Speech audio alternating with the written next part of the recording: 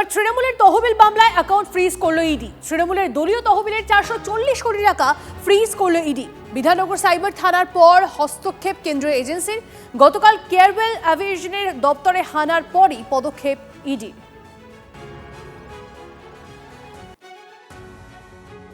Bidhannagar cyber থানার পর এবার এনফোর্সমেন্ট ডাইরেক্টরেট তৃণমূলের ব্যাংক অ্যাকাউন্ট থেকে 440 কোটি টাকা ফ্রিজ করে দিল। তৃণমূলের 3টি ব্যাংক অ্যাকাউন্টে একাধিক সন্দেহজনক লেনদেন হয়েছে, সেই অভিযোগটা করছিলেন খোদ তৃণমূল বিধায়ক, যার তদন্তভার প্রথমে বিধাননগর সাইবার থানা নেয়।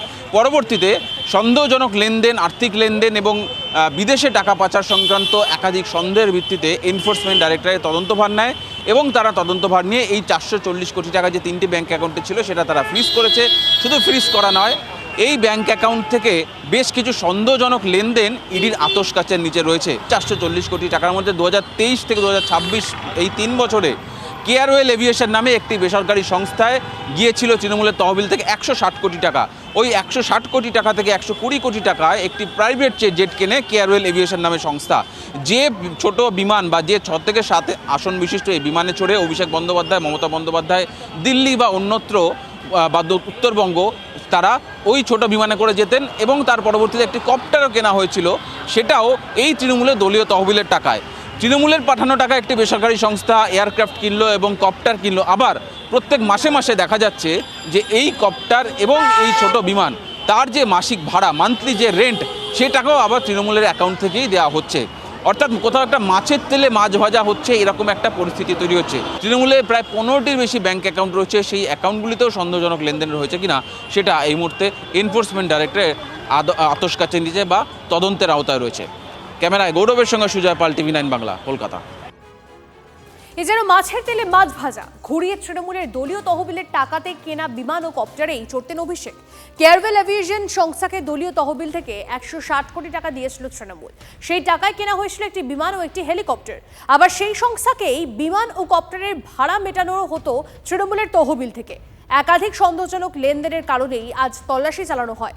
কেয়ারওয়েল অ্যাভিয়েশন সংস্থার এমডির বাড়িতেও তল্লাশি চলে। তল্লাশিতে উদ্ধার হয়েছে বেশ কিছু গুরুত্বপূর্ণ নথি। 2022 থেকে কয়েক দফায় তৃণমূলের তহবিল থেকে গিয়েছে টাকা, খবর ইডি সূত্রে।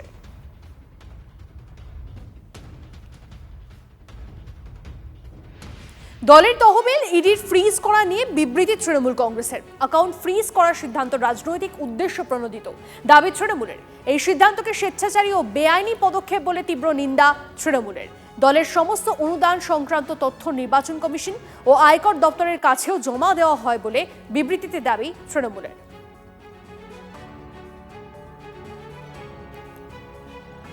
ডিজে হুমকি মামলায় আরও চাপে অভিষেক বন্দ্যোপাধ্যায়। কণ্ঠস্বরের নমুনা দিতে ডেডলাইন আদালতের।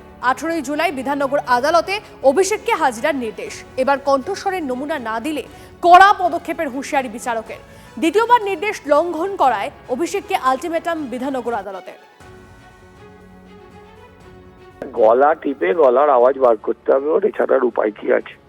বারবার যদি এরকম হতে থাকে, কোর্টের প্রতিও মানুষের আস্থা কমে যাবে।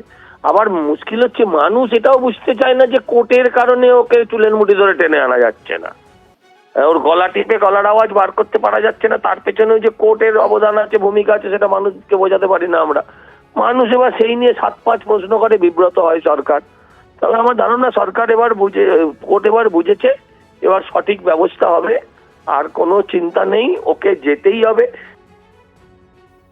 হাইকোর্টের রক্ষা কবচ পেলেন প্রাক্তন মন্ত্রী অরূপ বিশ্বাস। আলিপুরে খুনের চেষ্টার অভিযোগে অরূপকে রক্ষা কবচ। আদালতকে জানিয়ে অরূপের বিরুদ্ধে নিতে হবে পদক্ষেপ। নির্দেশ বিচারপতি সৌগত ভট্টাচার্যের। তদন্তকারীকে ঘটনার দিনের সিসিটিভি ফুটেজ সংরক্ষণের নির্দেশ। পরবর্তী শুনানি 23 জুলাই। এবার কাকলি ঋতব্রতদের ঘর ওয়াপসির ডাক মমতার। হয় সরাসরি বিজেপিতে যোগ দিন, না হলে তৃণমূলে ফিরে আসুন। আমার দেওয়া প্রতীক নিয়ে লড়েছেন, মাঝ রাস্তায় থাকবেন না, ঋতব্রতদের বার্তা তৃণমূল নেত্রীর। আর যারা বেঈমান, তাদের জন্য অত্যাচার বিজেপি আরো বাড়িয়েছে। এই বেঈমানদের ক্ষমা করবেন না। তারা আজকে বিজেপির দোসর হয়ে গেছে এবং তারা বলছে আমাদের বিজেপির মুখ্যমন্ত্রী পাঠিয়েছেন। তা এত ছলনা কেন? ডাইরেক্ট যে কর্মীদের রক্ত নিয়ে, আমার দেয়া সিম্বল নিয়ে ইলেকশনে দাঁড়িয়েছেন, হয় তৃণমূল করুন আমাদের সাথে, আর তা না হলে বিজেপির কোলে গিয়ে মনে রাখবেন, যতই দুলুন দোলাও দোলাও দোলাও আমার হৃদয় হবে না। ওটা নিজের পরিবার আর সম্পত্তি বাঁচাবার জন্য অমানবিক, দানবিক। এখনো সময় আছে। বিজেপির কোলে আশ্রয় না নিয়ে নিজের ঘরে ফিরে, যে কর্মীরা মার খেয়েছে মনে রাখবেন এরা আপনাদের জন্য একদিন রক্ত দিয়েছে, ফিরে তাকান এই বর্বরতার দিকে। বেঈমানদের কথায় বেঈমানি করবেন না। সরাসরি বিজেপি করুন, আর তা নাহলে সরাসরি তৃণমূল করুন। মাঝ রাস্তায় থাকবেন না। মাঝ গঙ্গায় গেলে এপারও যাবে ওপারও যাবে। মমতা বন্দ্যোপাধ্যায় তিনি দীর্ঘদিনের নেত্রী এবং তিনি 15 বছর শাসন করেছেন। তিনি তো একটা রেসপেক্টের জায়গা বাংলার বহু মানুষের কাছে পান, তার প্রতি শ্রদ্ধা সবারই থাকবে।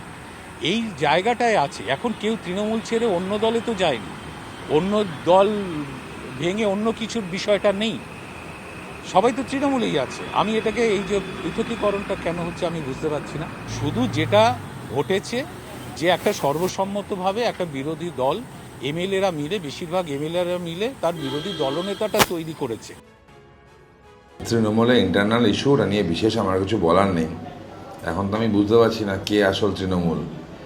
ঋতব্রত গ্রুপ তো আবার বলছে মমতা বন্দ্যোপাধ্যায়কে আপনি আসুন, এসে চেয়ার সামলান। মমতা বন্দ্যোপাধ্যায় ওদেরকে বলছে আপনারা আসুন।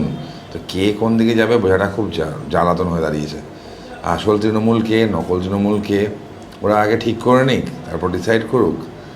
এখানে আমাদের বক্তব্য নিষ্প্রয়োজন। আমি আবার বলছি, তৃণমূল কোনো রাজনৈতিক দল নয়, এটা সার্কাস পার্টিতে পরিণত হয়েছে।